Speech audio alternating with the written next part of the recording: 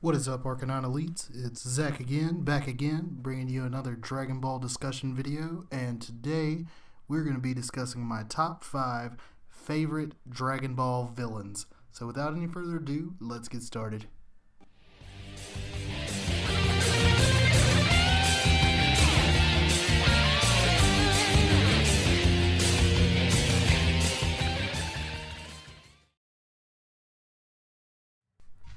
Alright, I'd like to preface this by saying this list is purely my opinion and is based on whether I like the personality of a character or the design or maybe the role they played in the story, or could be anything. So if you agree or if you disagree, then let me know in the comments. I'd love to hear your top 5 villains of the Dragon Ball franchise. So with that said, let's start with the honorable mention. For the honorable mention, I chose Broly, for the pure fact that I love this character's design, but that's about it. I like the idea behind a legendary Super Saiyan, but as a character, he's very shallow. There's not much to Broly. He usually only goes around yelling Kakarot! So there's not much to that, but as far as the design and his energy, is the green is cool. I really like it a lot. And that's why I decided to put Broly as the honorable mention. On to number 5. Alright, so number 5 was kind of tough to pick. I pretty much had the entire list planned out except for number 5, and it all boiled down to everyone's favorite assassin from Universe 6, Hit, the man himself. He was a great villain, even though he wasn't like... I mean, he's an assassin, so he's inherently evil, but he wasn't trying to kill Goku. Not at first, not in the tournament. But later on, when Goku put the hit out on himself, put the hit out, that's funny. They had what was one of, in my opinion, the best fights in Dragon Ball Super so far. It was great, and he used the Toki Tabashi, or the time skip, and he kept progressing, and they both kept matching each other blow for blow. It was incredible, and that's the main reason I picked Hit for number 5 on the list.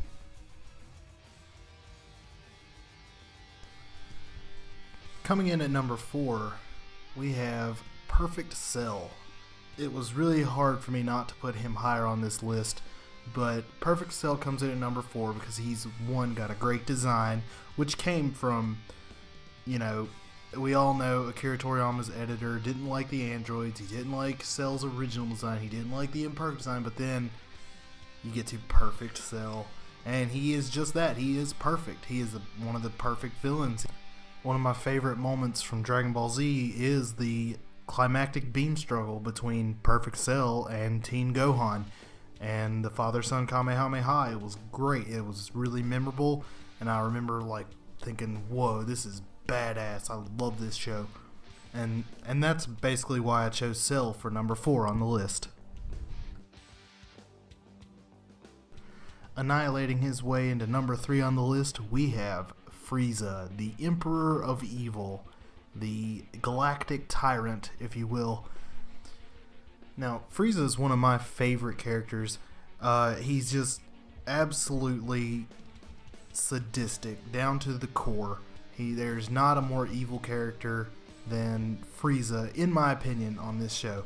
As far as design, I didn't like the first and the third form too much.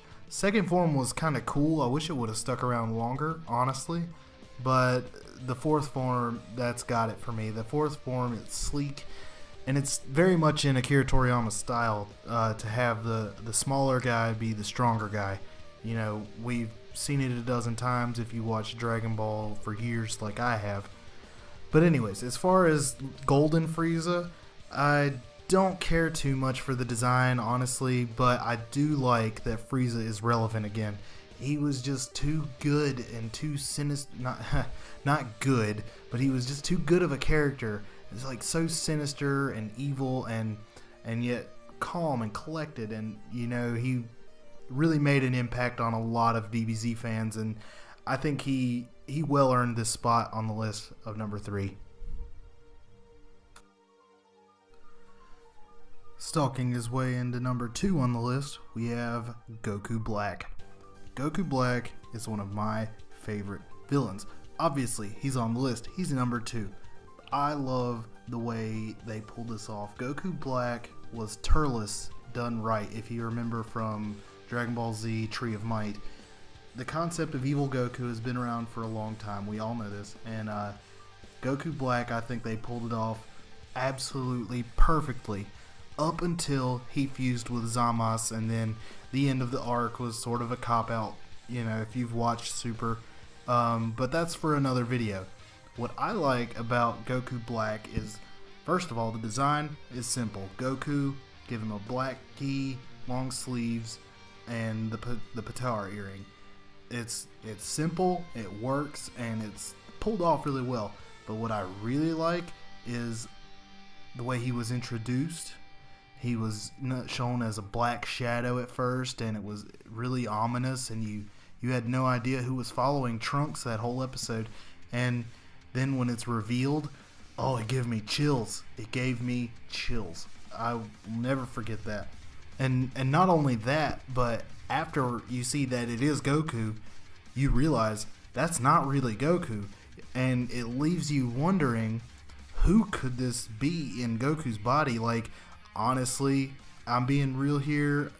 I thought it was possibly Ginyu. I thought it was, a little iffy, but I thought it was Ginyu because he's the only one we've seen to use a body change technique that I'm aware of.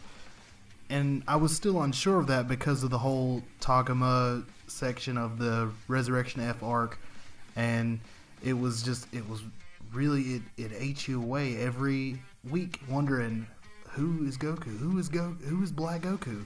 And I just thought it was really good writing on Toei Animation and Akira Toriyama's part to keep the villain hidden and keep it mysterious and until later in the arc.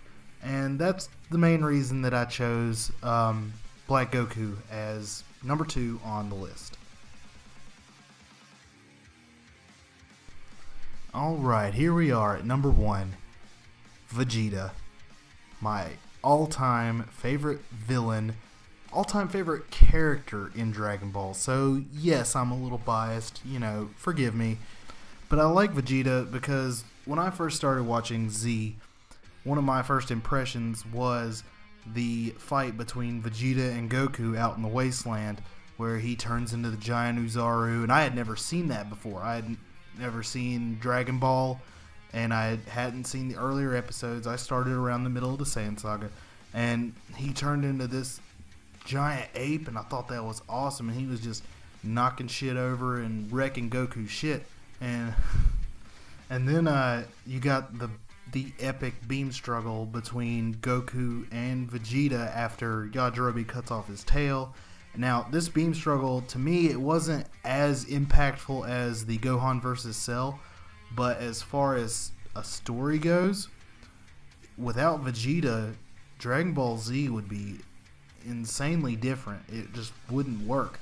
And the same goes for Super.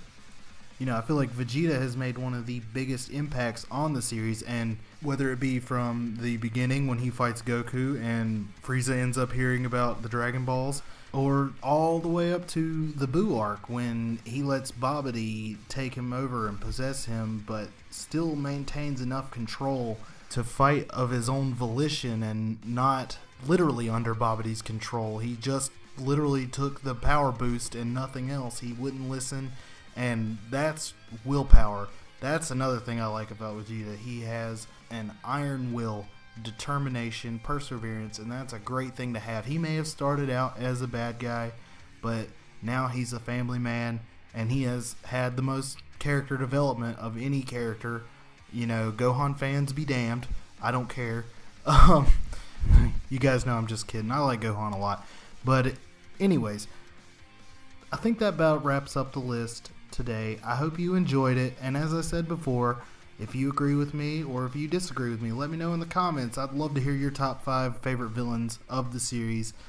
And with that being said, don't forget to like and subscribe to join the Arcanine Elites, and I hope you all have a fantastic day, and thanks for watching.